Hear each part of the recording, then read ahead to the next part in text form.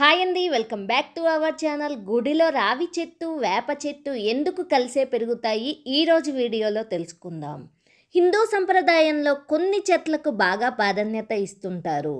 ముఖ్యంగా తులసి మొక్క, రావి చెట్టు, వేప చెట్టు ఈ మూడు చెట్లను దైవంతో భావిస్తారు హిందువులు. అంతేకాకుండా నిత్యం దీపారాధనతో పూజలు చేస్తారు. ఇంకా ఈ చెట్లు ఎక్కడ పడితే అక్కడ కాకుండా స్వచ్ఛమైన ప్రదేశంలో పెరుగుతాయి. ముఖ్యంగా రావి చెట్టు, వేప చెట్టు కలిసి పెరిగితే మాత్రం అక్కడ ఖచ్చితంగా దైవబలం ఉన్నట్లే. చాలా వరకు ఈ రెండు చెట్లు గుళ్ళల్లో కనిపిస్తాయి. ఒకవేళ వేప చెట్టు కాకుండా రావి చెట్టు ఒంటరిగా ఉంటే మాత్రం అది ఇంటి ఆవరణలో అస్సలు ఉండకూడదు. ఎందుకంటే రావి చెట్టు ఒంటరిగా ఉంటే కొన్ని దుష్ప్రభావాలు ఎదురవుతాయని కొన్ని పురాణాలు చెబుతున్నాయి. ఇంకా రావి చెట్టును అశ్వదవృక్షం అని కూడా పిలుస్తారు.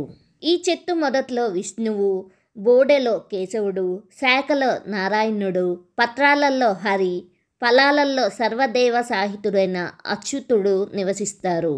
ఇది విష్ణు స్వరూపం అని చెప్పాలి. మహాత్ములు దీనిని పుణ్యం మూలమని సేవిస్తారు. ఇంకా వేప చెట్టులో లక్ష్మీదేవి అంశం ఉంటుందని కూడా తెలుసు.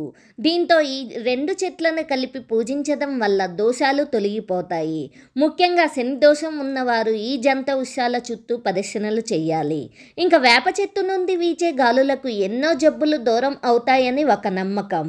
దీనిని ఔషధ మొక్కగా కూడా వాడుతారు.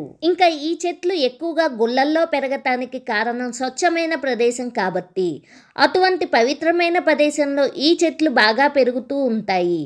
పైగా దేవాలయాల చుట్టూ దైవానుసారం ఉంటుంది కాబట్టి అక్కడ ఈ చెట్లు ఖచ్చితంగా పెరుగుతాయి అని ఒక నమ్మకం.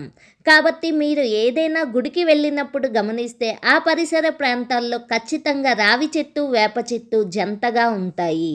Thank you friends. మీకు ఈ వీడియో నచ్చిందా? నచ్చితే లైక్ చేసి సపోర్ట్ చేయండి. అలాగే మరిన్ని వీడియోస్ కోసం నా ఛానల్ని సబ్స్క్రైబ్ చేసుకోండి. ఫ్రెండ్స్, రిలేటివ్స్కి షేర్ చేయండి.